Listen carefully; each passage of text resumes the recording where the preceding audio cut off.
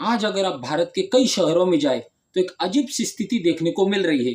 कहीं गैस की सप्लाई कम हो गई है, कई होटल्स बंद हो रहे हैं और कई जगहों पर फैक्ट्रियां भी रुक गई है। लेकिन सवाल ये है, आखिर अचानक ऐसा क्या हुआ कि गैस की कमी पूरे देश में महसूस होने लगी? इसकी सबसे बड़ी वजह है मिडल ईस्ट में बढ़ता युद्ध। आज दुनिया के सबसे संवेदनशील इलाकों में ईरान, अमेरिका और इसराइल के बीच टकराव तेजी से बढ़ रहा है और इस युद्ध का असर अब हजारों किलोमीटर दूर भारत के शहरों तक पहुंच चुका है। मिडिल ईस्ट को दुनिया का एनर्जी हब कहा जाता है। दुनिया का बड़ा हिस्सा तेल और गैस के लिए इसी क्षेत्र पर निर्भर है। लेकिन जब से ईरान और अमेरिका इसराइल के बीच तनाव बढ़ा है, तब से कई ऊर्जा मार्ग खतरे में आ गए हैं। खासकर स्ट्रेट ऑफ हॉर्मुज़ नाम का समुद्री रास्ता, जहां से दुनिया का लगभग 20% तेल और गैस गुजरती है। अगर इस रास्ते पर खतरा बढ़ता है तो पूरी दुनिया की ऊर्जा सप्लाई डगमगा सकती है। और यही अभी हो रहा है।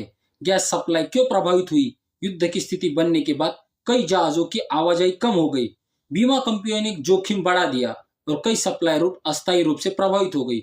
इसका असर सीधे गैस की सप्लाई पर पड़ा और जब सप्लाई कम होती है तो सबसे पहले प्रभावित होता है उद्योग और कमर्शियल सेक्टर। भारत में क्या असर हुआ? भारत अपनी गैस का बड़ा हिस्सा विदेशों से आयात करता है। ऐसी स्थिति में सरकार को प्राथमिकता देनी पड़ती है घरेलू गैस यानी एलपीजी सिलेंडर को। इसलिए कई जगहों पर कमर्शियल गैस सप्लाई कम कर दी गई है और इसका असर सीधे उद्योगों और होटलों पर पड़ा। संभाजीनगर में फैक्ट्रियां बंद। महाराष्ट्र के छत्रपति संभाजीनगर में गैस की कमी के कारण कई उद्योग प्रभावित हुए। रिपोर्ट्स के अनुसार कम से कम 5 बड़े उद्योग बंद हो गए और लगभग 40 से ज्यादा छोटे उद्योगों का उत्पादन रुक गया। यह शहर ऑटोमोबाइल और मैन्युफैक्चरिंग का बड़ा केंद्र है, लेकिन गैस न मिलने के कारण metal processing, powder coating, chemical manufacturing जैसे कई उद्योग प्रोसेस पूरी तरह रुक गए। गैस की कमी का असर अब होटल इंडस्ट्री पर भी दिखाई देने लगा है। भारत के कई बड़े शहरों में कमर्शियल गैस की सप्लाई प्रभावित हुई है, जैसे मुंबई, पुणे और बेंगलुरु। इन शहरों में कई होटल और रेस्टोरेंट गैस की कमी के कारण अस्थायी रूप से बंद हो गए। कई होटल मालिकों का कहना है कि बिना गैस के रसोई चलाना लगभग असंभव है और यही वजह है कि कई जगहों पर होटल संचालन रोकना पड़ा। इसका असर आम लोगों पर, जब उद्योग बंद होते हैं तो इसका असर रोजगार पर पड़ता है और जब होटल बंद होते हैं तो हजारों लोगों की रोजगार की स्थिति प्रभावित होती है। इसके अलावा अगर गैस की सप्लाई लंबे समय तक प्रभावित रहती है तो महंगाई बढ़ सकती है, उत्पादन कम हो सकता है और आर्थिक गतिविधियां धीमी पड़ सकती है। आगे क्या हो सकता है?